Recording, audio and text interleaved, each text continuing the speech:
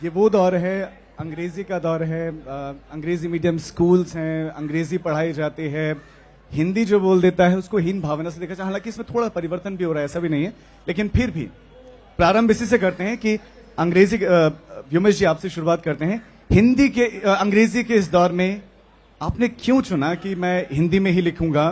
कि आपके मन में नहीं आया कि यार हिंदी को थोड़ा सा कमतर आंका जाता है? एक कविता है हिंदी की, बॉस जो है अपने अधीनस्थ को अंग्रेजी में डांटता है और अधीनस्थ जो है हिंदी में मन ही मन सोचता है कि वो कितना कमजोर है। उस कविता का मतलब ये है। तो पराजितों की, हार मना रहे लोगों की, वंचना की, दुख की भाषा है हिंदी। और हिंदी की कविता भी ज्यादातर एक सुखभोगवाद की आंधी के बीच में दुख की कविता है। हमारा जो सबसे बड़ा कवि है पिछले 100 बरस का, उसने हमारे कान में फूंक दिया है एक मंत्र, दुख ही जीवन की कथा रही, क्या कहूं आज जो नहीं कही। तो जिस 50 करोड़ की आबादी के जीवन की कहानी दरअसल दुख है, वो दुख जो है मातृभाषा में ही व्यक्त हो सकता है। तो हिंदी 50 करोड़ लोगों की मातृभाषा है, उसमें लिखना दुख भरा भले ही हो, किसी तरह का इंफीरियरिटी कॉम्प्लेक्स नहीं है हमारे भीतर। भाषा को हम नहीं चुनते, भाषाएं हमें चुन लेती हैं। क्या बात है, क्या बात है। तो हमारी भाषाओं ने हमें चुन लिया है, और जैसे मेरी मातृभाषा है वैसे ही दुनिया भर के लोगों की, दुनिया भर की भाषाएं मातृभाषाएं हैं। जो ऐसा नहीं समझता वो मनुष्यता का शत्रु है। क्या बात है। धैर्य, संयम चाहिए जी। सवाल तो वही है, सवाल आपसे भी यही है, इस पर आपका टेक, आपका जो साहित्यिक सफर रहा है वो कैसे रहा है? आपने कब सोचा कि मुझे लिखना चाहिए, और लिखने लगे तो कब ये लगा कि यार मैं थोड़ा सा ठीक लिखने लगा हूं या बेहतर लिखने लगा हूं? जवाब की शुरुआत में यही वाला जो उत्तर है कि 12-13 की उम्र में जब मैंने लिखने की शुरुआत की, मेरा जन्म मुंबई में हुआ है और मेरा जो शिक्षा दीक्षा है वो एक साथ 2-3 भाषाओं में हुई। तो हिंदी, अंग्रेज़ी, मराठी, ये तीनों हमारे पास बहुत सहजता से आती थी। और लिखने की जो शुरुआत की थी मैंने, वो 12-13 की उम्र में ही, वो अंग्रेज़ी और हिंदी में एक साथ की थी। लेकिन बहुत जल्द ही जैसे जैसे पढ़ाई का दायरा बढ़ता गया, ये समझ में आ गया कि आपको लिखना उसी भाषा में चाहिए जिस भाषा में आप सपने देखते हैं, जिस भाषा में आपके हृदय से आह निकलती है। आपके रुदन की जो भाषा है वही आपकी लिखावट की भाषा भी होनी चाहिए। तो मैंने पाया कि जब भी मुझे दुख होता है, चोट लगती है, अवसाद होता है, तो मेरे भीतर से हिंदी अपने आप निकलती है, और वो ये मातृभाषा ही मेरी रचनात्मक भाषा में परिवर्तित होती चली गई। जैसे कि अभी कहा कि भाषा खुद हमें चुन लेती है। क्या बात है। अभी हम जो उनकी प्रमुख रचनाएं हैं वो भी सुनेंगे, लेकिन व्योमेश सर, आपने लिखा है कि आप बनारस से आते हैं, उत्तर प्रदेश बनारस से आते हैं। आपने लिखा कि खूब मन लगाकर शादी कीजिए, फिर खूब मन लगाकर बनारस आ जाइए। ऐसे समय में जब लोग शादी से भाग रहे हैं, आप कह रहे हैं कि खूब मन लगाकर शादी कीजिए और उसके बाद बनारस आ जाइए, क्यों? कविता कई बार शब्दों का खेल है, एक तरह का क्रीड़ा भाव अगर आपके भीतर नहीं है तो आप, जिसे स्पोर्ट्समैन स्पिरिट भी कहा जा सकता है, आप कविता के भीतर भी खेल नहीं करेंगे। याद कीजिए वो जमाना जब घर के बड़े बुजुर्ग बच्चों से कहा करते थे खूब मन लगा के पढ़ाई करो, खास करके उन बच्चों से जो बाहर जाके पढ़ाई कर रहे हैं। तो ऐसा ही एक वाकया हुआ था। मेरा एक कवि मित्र दिल्ली में रहने वाला, उसकी शादी होने वाली थी। मैं उसकी शादी में नहीं पहुंच पा रहा था, तो मेरे मुंह से मानो एक वो रिफ्लेक्स में निकल गया कि यार खूब मन लगा के शादी कीजिए। रचना भी अगर आप साथ में सुना दें। वो रचना एक मित्र को संबोधित है, लेकिन एक बंद हो चुके कारखाने के बारे में है। हाँ, ये भी बेहतरीन। उसका नाम भी बड़ा दिलचस्प है, पो। जैसे कारखाने में सायरन की जो आवाज होती है, पो, ऐसा, यही उसका नाम है। हाँ, ये नाम है। पूरी कविता ही सुना दूं? लंबी है, थोड़ा सा हिस्सा उसका सुना देता हूं। यार, खूब मन लगाकर शादी कीजिए, फिर खूब मन लगाकर बनारस आ जाइए। सुनिए उस कारखाने के सायरन की आवाज जो सन 2000 में ही बंद हो गया। रोजाना 8 बजे, 1 बजे, 2 बजे, 5 बजे, धिन धिन धा धमक धमक मेघ बजे। आइए तो मिलकर पता लगाया जाए कि वो आवाज आती कहां से है। ये भी संभव है कि वो आवाज सिर्फ मुझे सुनाई देती हो। एक आध बार मैंने रमेश से पूछा भी कि कुछ सुनाई दे रहा है आपको, तो वो ऐसे मुस्कुराए जैसे मेरा मन रखने के लिए कह रहे हों कि हां। दिक्कत है कि लोग सायरन की आवाज सुनना नहीं चाहते। नए लोग तो शायद सायरन की आवाज पहचानते भी न हों। नए लोग इसे एक चुनौती की तरह लें। आप लोग सायरन की आवाज सुनते हैं कि नहीं पता नहीं। नए लोग शायद सायरन की आवाज पहचानते भी न हों। सायरन बजता है और वे उसकी आवाज को हॉर्न, शोर, ध्वनि प्रदूषण और न जाने क्या क्या समझते रहते हैं। नाक, कान, गले के डॉक्टर ने एक बार मुझसे कहा कि तुम्हारे कान का पर्दा पीछे चिपक गया है और ढंग से लहरा नहीं पा रहा है। इसकी वजह से बहुत सी आवाजें तुम्हें साफ सुनाई नहीं देंगी। तो मैंने उनसे कहा कि मुझे तो सायरन की आवाज बिल्कुल कायदे से सुनाई देती है, रोजाना 8 बजे, 1 बजे। इस तरह का नाटक है इस कविता में। आपने देखा होगा, मैंने एक पंक्ति पढ़ी थी, धिन धिन धा धमक धमक मेघ बजे। तो मेरे साथी कवि गीत चतुर्वेदी ने वाह कहा। ऐसी क्या खास बात है उस पंक्ति में? है, कवि जो है कविता के भीतर एक कोडिफाइड लैंग्वेज में बात करता है। जैसे कंप्यूटर की कोडिफाइड लैंग्वेज होती है, वैसे कविता की भी। तो वो पंक्ति जो है हिंदी के कालजयी कवि की कविता से चुरा ली गई थी। उस चोरी को मेरे साथी कवि गीत चतुर्वेदी ने पहचान लिया और मानो उस चोरी के लिए कहा वाह। वो पंक्ति बाबा नागार्जुन की पंक्ति है, धिन धिन धा धमक धमक मेघ बजे। ऐसे ही उस कविता में आता है, एक बार मैंने रमेश से पूछा। तो ये रमेश जो है गीत भाई ही बताएंगे कि किस कवि का चरित्र है। सायरन की आवाज कहां से आती है ये तो वही बताएंगे, लेकिन आपने भी लिखा है कि मैं कौन हूं। तो उस अब मैं को आप ढूंढने निकले थे, क्या आपको मिला वो मैं कौन हूं? ये तो दुनिया का सबसे मुश्किल, सबसे पुराना वैदिक युगीन प्रश्न है कि मैं कौन हूं। और तब से अब तक इसका जवाब पाने की कोशिश चल रही है। तमाम फिलोसोफर्स ने इसका जवाब खोजा, तमाम एक्टर्स ने खोजा, तमाम लेखकों, कवियों ने खोजा। सबके अपने अपने इडियोसिंक्रेटिक जवाब हैं, लेकिन कोई भी जवाब सही जवाब नहीं है। इसी पे मैंने एक कविता लिखी थी, आप चाहें तो मैं उसमें से 4 पंक्तियां बिल्कुल आपको सुनाता हूं। एक आप तो कहीं से भी शुरुआत कर सकते हैं, कुछ भी पढ़ेंगे बेहतरीन है। देखिए, मैं क्या हूं, इसके विभिन्न उत्तर हैं। सारे उत्तरों को नहीं पढ़ूंगा, लेकिन कुछ खास उत्तरों को, जिनसे आप समझ जाएंगे कि मैं क्या हूं।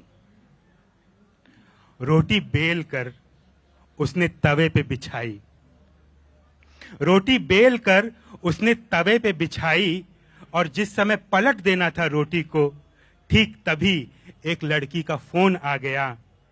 वो देर तक भूले रहा रोटी को पलटना। मैं वही रोटी हूं, एक तरफ से कच्ची हूं, दूसरी तरफ से जली हुई। और ये अंत होती है कि मैं भगोने से बाहर गिर गई उबलती हुई चाय हूं। सब्जी काटते समय उंगली पे लगा चाकू का घाव हूं। वीरेन डंगवाल द्वारा ली गई हल्दीराम भुजिया की कसम हूं। अरुण कोलटकर की भीगी हुई बही हूं। क्या बात मैं है। ये सब हूं, मैं ये सब हूं। तालियां तो होनी चाहिए। व्योमेश जी,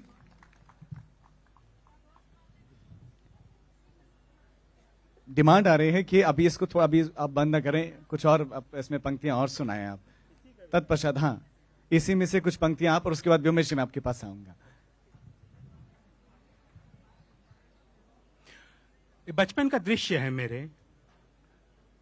उस स्कूल में कोई बेंच नहीं थी, कमरा भी नहीं था विधिवत, इमारत खंडहर थी। बारिश का पानी फर्श पे बिखरा हुआ था और बीच की सूखी जगह पे फटा हुआ टाट बिछाकर बैठे बच्चे हिंदी में पहाड़ा रट रहे थे। सरसराते हुए गुजर जाता है एक डरावना गोजर एक बच्चे की जांघ के पास से। अमर च्यूंटियों के दस्ते में से एक दिल जली च्यूंटी निकर के भीतर घुसती है और काट लेती है। नहीं, मैं वो स्कूल नहीं हूं, वो बच्चा भी नहीं हूं, मैं वो गोजर भी नहीं हूं, न अमर हूं न चींटी हूं। मैं तो बस वो फटा हुआ टाट हूं जिस पे सब बैठे थे। मैं तो बस वो फटा हुआ टाट हूं। क्या बात है, बेहतरीन। व्योमेश जी, कवि की कल्पना का क्या दायरा है? क्या है कवि की कल्पना?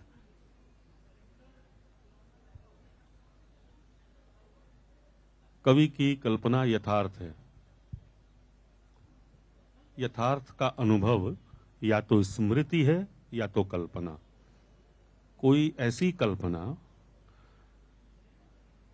जो यथार्थ से टेक ऑफ नहीं करती, जायज और नीति सम्मत कल्पना हो ही नहीं सकती। कवि का एक पांव हमेशा जमीन पर होना चाहिए। वो जमीन जहां पे आलू प्याज का दाम, गेहूं और चावल का दाम तय होता है, हम उसे खरीद पाते हैं और बहुत से लोग नहीं खरीद पाते। जहां पे मिनिमम वेजेस की लड़ाई लड़ी जाती है, जहां पर कारखाने बंद होते हैं और कुछ दूसरे किस्म के संस्थान फलते फूलते हैं, बढ़ते हैं, आगे बढ़ते हैं। कुछ लोग गरीब होते जाते हैं, थोड़े से कुछ लोग अमीर होते जाते हैं। ये यथार्थ की भूमि या तो हमारी याद के जरिए व्यक्त होती है या तो हमारी कल्पना के जरिए। यथार्थ का अनुभव स्मृति और कल्पना के माध्यम से ही अभिव्यक्त होता है।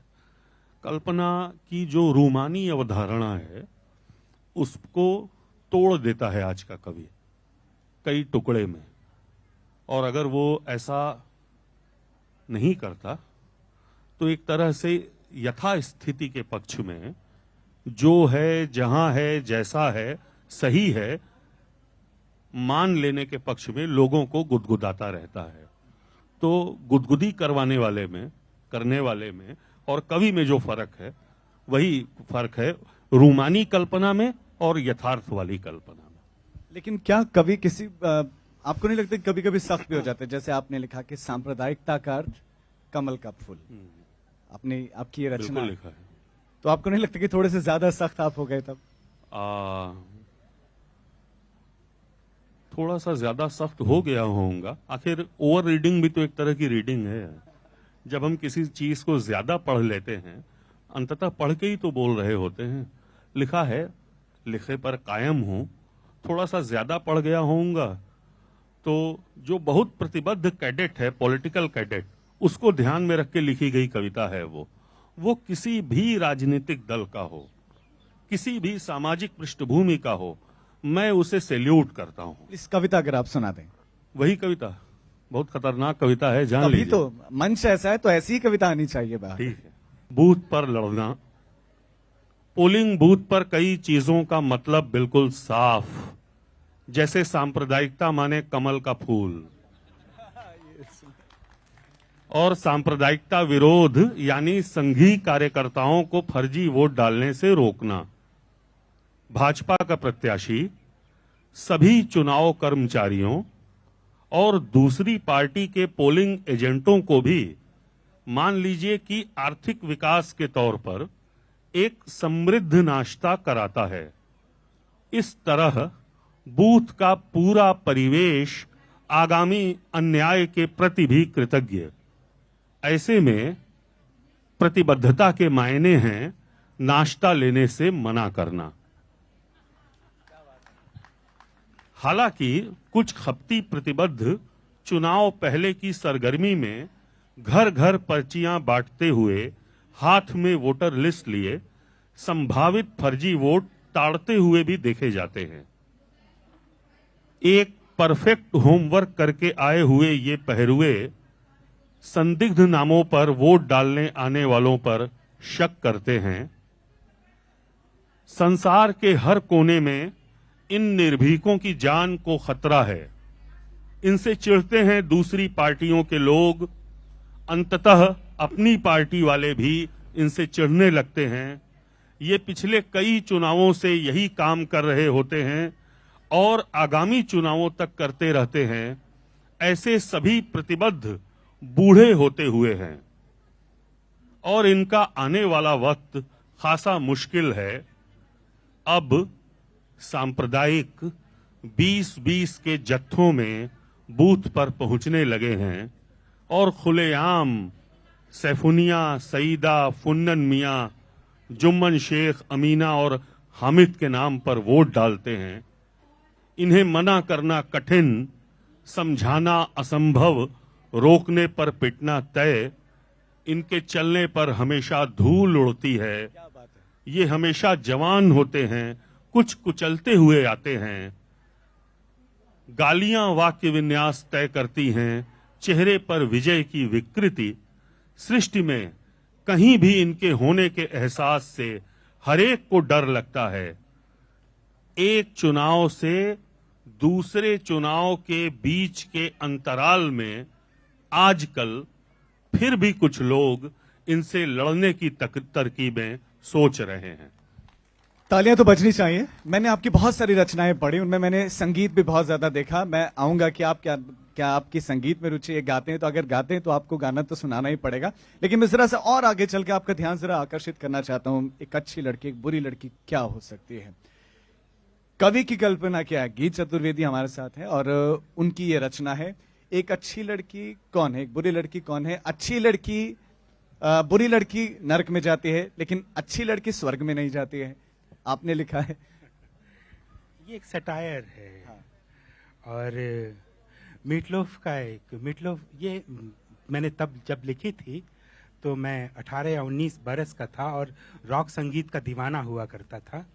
और मीटलोफ एक हैवी मेटल के बैंड हुआ करते थे।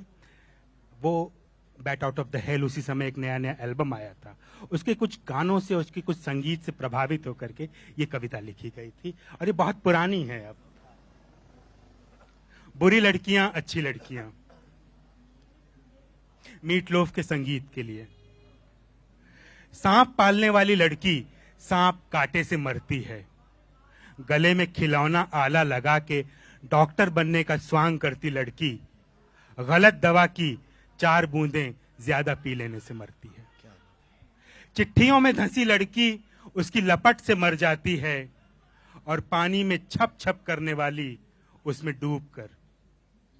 जो जोर से उछलती है वो अपने उछलने से मर जाती है।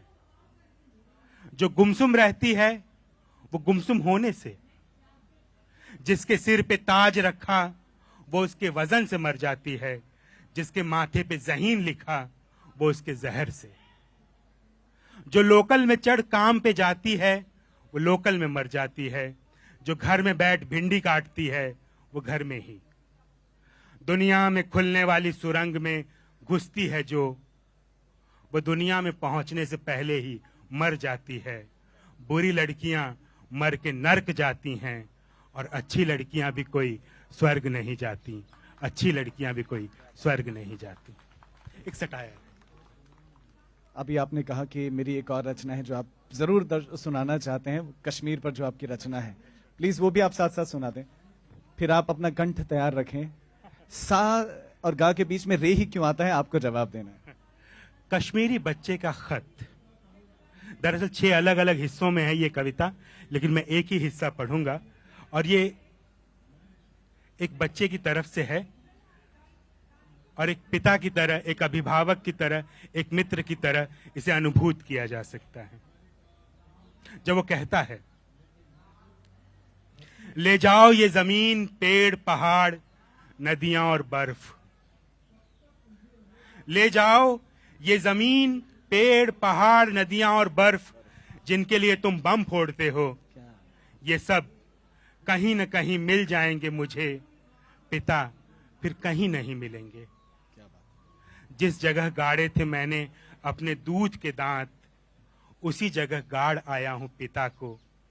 धमाके के बाद जिनकी सिर्फ उंगली मिली थी, धमाके के बाद जिनकी सिर्फ उंगली मिली थी, शादी की अंगूठी से पहचाना था मां ने। उनकी बाकी देह को मैंने कल्पना में दफन किया, जैसे बाकी देह को स्मृति में प्यार करूंगा। सुना है मर के पिता पेड़ बन जाते हैं, छांव देते हैं। सुना है मर के पिता पेड़ बन जाते हैं, छांव देते हैं। मेरे पिता उंगली बन गए जो उठती रहेगी तुम्हारी ओर, मिट्टी के नीचे से खामोश, जागती, सोचती हुई उंगली। बेहतरीन। कवि संवेदनशील होता है। आपकी बहुत सारी रचनाओं में व्योमेश जी संगीत सुरों की बात है, वाक्य विन्यास का बहुत इस्तेमाल है। सा से सा और गा के बीच में रे ही क्यों आता है? तो क्या आपने संगीत की भी ट्रेनिंग ली हुई है? क्या कहूं और कैसे कहूं, मैं गायक नहीं हूं, मैंने गायकी की तालीम नहीं ली है, लेकिन मुझे गायकी के मामले में कोई छल नहीं सकता। क्या? और ये वरदान मुझे बनारस का नागरिक होने की वजह से भी मिला है। वैसे मैं परक्यूशनिस्ट हूँ, तबला वादक हूँ, तबले का प्रशिक्षण लिया है, तबला बजाता रहा हूँ, तबला तरह तरह का सुनने का शौक है मुझे, और तबले पे मैंने कविताएं भी लिखी हैं। यही है, तबला एक ऐसी चीज है, रिद्म, कि वो दुनिया की हर चीज में मौजूद है, सर्वव्यापी, सर्वभूतांतरात्मा। ईश्वर है कि नहीं पता नहीं, लेकिन लय हर चीज में है। जो लय में नहीं है वो लय में आ जाएगा, जो लय में नहीं है वो लय में रहा होगा कभी। तो लय वैसी ही चीज है। दिल लय में धड़कता है, गाड़ियां लय में चलती हैं, कदम जो है हम किसी न किसी ताल में चला रहे होते हैं, जब रुके होते हैं तो रुकने की भी एक रिदम होती है। तो इस थीम के आसपास मैंने कविताएं लिखी हैं। देखिए, जब आप बहुत बढ़िया तबला नहीं बजा पाते तो कविताएं लिखने लगते हैं। वॉल्टर बेंजामिन ने कहा है कि पराभूत नायक जो हैं वो चिंतक बन जाते हैं। तो हम लोग हारे हुए तबला वादक हैं जो कविता में तबला बजाने की सफल असफल कोशिशें कर रहे हैं। क्या बात है। संगीत और साहित्य यानी कि वो साथ साथ चलते हैं, कभी साथ साथ, कभी दूर दूर, कोई नियम नहीं बनाया जा सकता। कभी संगीत और साहित्य बिल्कुल एक हो जाते हैं। वो विटिगेंस्टाइन ने शायद कहा है, गीत भाई याद करेंगे, कि हर कलाकृति जो है अपने प्रभाव में संगीत हो जाना चाहती है। क्या बात। कविता भी चाहती है कि उसको संगीत के लेवल पर स्वीकार कर लिया जाए, भीतर ही भीतर कहीं ना कहीं। चित्रकलाएं चाहती हैं, दूसरे मूर्ति शिल्प चाहते हैं, सिनेमा ये चाहता है कि म्यूजिकल सिम्फनी सुनने जैसा अनुभव बन जाए सिनेमा देखना। लेकिन कई बार होता है कि इतना कटु कर्कश बेताला तथ्य आपको सामने रखना होता है कि वो कहीं से संगीतबद्ध हो ही नहीं सकता। हारमोनियम तोड़ के जो टूटे जाने की कविता लिखनी है, मजीरा फेंक दिया गया है, तबला फोड़ डाला गया है खुसरो का, तो वो कविता कैसे संगीतबद्ध हो सकती है? वो सुकांत भट्टाचार्य की एक पंक्ति है जो हिंदी में बार बार याद की जाती है, क्षुधार राज्य पृथ्वी गद्यमय, भूख के राज्य में पृथ्वी जैसे गद्यमय हुई है, लय क्यों नहीं निभ भाई तुक। इतना बड़ा उर्दू कविता का उत्तराधिकार था हमारे पास, गजलों का, नज्मों का, लेकिन आप देखिए कि गालिब को कहना पड़ा पकद्रे शौक नहीं ज़र्फ तंगनाए गजल, कुछ और चाहिए वुसअत मेरे बयां के लिए। यानी गजल का मीटर जो है वो पूरा नहीं पड़ रहा था।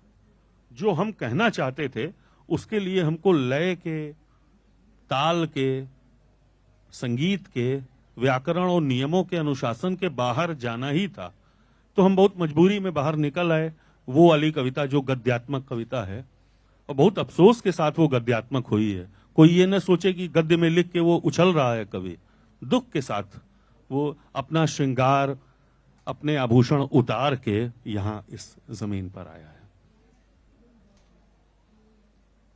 गीत जी, मौजूदा दौर में साहित्य के, आप दोनों तो सबसे ज्यादा पढ़े जाने वाले रचनाकारों में से एक हैं, साहित्य की क्या स्थिति आज के समय में? क्या आज का युवा, ये रामधारी सिंह दिनकर, मैथिली शरण गुप्त, बहुत सारे कवियों के आपने नाम लिए, असंख्य हैं, बड़े बड़े हैं, क्या उनमें दिलचस्पी है आज के युवा की? आप तो अलग अलग मंचों पर जाते हैं, क्या साहित्य की ओर है रुचि हमारे देश के इस नई पीढ़ी की? अगर साहित्य में रुचि ना होती तो हम लोग आज यहाँ ना होते। तमाम तरह के जो लोग हैं यहाँ सामने बैठे हुए, ये इसीलिए बैठे हैं क्योंकि साहित्य में रुचि है और लगातार बढ़ती चली जा रही है। क्योंकि देखिए, मैं और व्योमेश, हम लोग उस पीढ़ी से हैं जिसने दोनों चीज़ें देखी हैं। हमने वो समय भी देखा है जब चिट्ठियां लिखी जाती थी, कविता लिख करके पत्रिकाओं में भेजी जाती थी और इंतज़ार किया जाता था, और 6-8 महीने बाद पता चलता था कि आपकी कविता वहां पहुंची और छपने वाली है। और आज इस दौर में भी हैं जब यहाँ कविता लिखी और कुछ मिनटों में वो पब्लिश हो जाती है। वो इस पूरे दौर में जो सबसे बड़ा परिवर्तन है वो ये कि चीज़ें पहले के मुकाबले ज़्यादा सुलभ हुई हैं। मुझे याद है कि मुझे अपने ज़माने में किताबें खोजने के लिए बहुत मेहनत करनी पड़ती थी। विश्व साहित्य के साथ मेरा गहरा राब्ता रहा, और उस ज़माने में विश्व साहित्य की किताबें खोजने के लिए आपको बहुत ही विशेषाधिकार प्राप्त होना होता था। आज आप चाहे हिंदी हो, चाहे मराठी हो, चाहे दुनिया की किसी भी भाषा का साहित्य, आप आसानी से पा लेते हैं। ये जो प्रसार है, ये जो व्याप्ति है, ये लोगों के भीतर बढ़ी है। लोग ज्यादा से ज्यादा जुड़े हैं। लेकिन इसमें यह भी कहा जा रहा है कि एक तरह का प्रदूषण भी आ गया। आप हिंदी में हिंदी नहीं लिखते हैं, आप उसमें अरबी, फारसी, आप दूसरे शब्द, दूसरी भाषाओं का भी इस्तेमाल करने लगे, अंग्रेजी के शब्दों का प्रयोग करने लगे। भाषाएं तो ऐसी ही, भाषा कभी स्टेटिक नहीं होती, डायनामिक होती है। भाषाएं इसी तरह विकास होती है। आज से 500 साल पहले भी ये शिकायत की जा रही थी, आज से 1000 साल पहले भी, आज से 50 साल पहले भी। हिंदी बहुत डायनामिक भाषा है जिसमें हमेशा नए नए नए नए शब्द जुड़ते चले जाएंगे। कई बार लोग उससे उस तरह से स्वीकार नहीं कर पाते हैं उसको, लेकिन भाषा तो परिवर्तित होगी। हिंदी ही नहीं, अंग्रेजी ही नहीं, अरबी और फारसी ही नहीं, बल्कि मैं तो चाहता हूं इसमें पुर्तगीज के और शब्द आए, फ्रेंच के और शब्द आए, और जापानी जैसी भाषाओं के शब्द आए। ये भाषा और समृद्ध होती चली जाए। लेकिन आजकल भाषाओं में भी धर्म जोड़ दिया जाता है। मैं चाहता हूं इस पर आप भी अपनी प्रतिक्रिया दें कि एक भाषा को एक धर्म से जोड़ दिया जाता है। उर्दू के लिए कह दिया जाता है कि एक समुदाय विशेष की भाषा है। ये तो बहुत बचकाना सा प्रयास होगा, बहुत बचकानी बात होगी भाषा को किसी धार्मिक आचरण से या धार्मिक मान्यता से, किसी धार्मिक समूह से जोड़ देना। गंभीर बात है, क्योंकि सोशल मीडिया पर आप देखेंगे कि ये चीजें चलाई जाती हैं जानबूझकर। तो ऐसे में यह जरूरी है कि असलियत जाए लोगों के बीच में। युवाओं को खासतौर पर पता चलना चाहिए कि क्या भाषाएं धर्म के दायरे में आती हैं या धर्म की बेड़ियां बहुत छोटी हैं भाषाओं के आगे। भाषा अलग चीज है, धर्म अलग चीज है। दोनों का कैसे बताया जाए, मैं आपको एक कविता का अन्वय करके बताता हूँ। बेहतरीन। एक कविता है हिंदी के, समकालीन हिंदी के बहुत महत्वपूर्ण कवि पंकज चतुर्वेदी की। उस कविता में टेलीफोन विभाग का एक अधिकारी एक अपने ही दफ्तर का मुआयना करने गया है। उस दफ्तर में जो उसके अधीनस्थ कर्मचारी हैं उनमें से एक हैं रजनीकांत। ये ब्रज क्षेत्र का कोई दफ्तर होगा। रजनीकांत चौथे दर्जे के एम्प्लॉई होंगे। वहां जाके वो पूछता है कि रजनीकांत क्यों नहीं आए हैं। तो एक दूसरा एम्प्लॉई उत्तर देता है कि रजनीकांत का जीव नागा है। आप जीव लोगों ने नागा। इसे, कितने लोगों ने समझा? रजनीकांत का जीव नागा है। फिर पूछते हैं मतलब, तो फिर वही आदमी कहता है उई उछरो बूढ़ो हैं, उछड़ रहे हैं और बुड़ रहे हैं, ज्यो ज्यो बूढ़े श्याम रंग त्यों त्यों उज्जवल होए। उई उछरो बूढ़ो हैं, कहता है मतलब। तो फिर वो जवाब देता है कि उनका चोला कहे में नहीं है। जीव नागा, उछरो बूढ़ो और चोला कहे में नहीं है।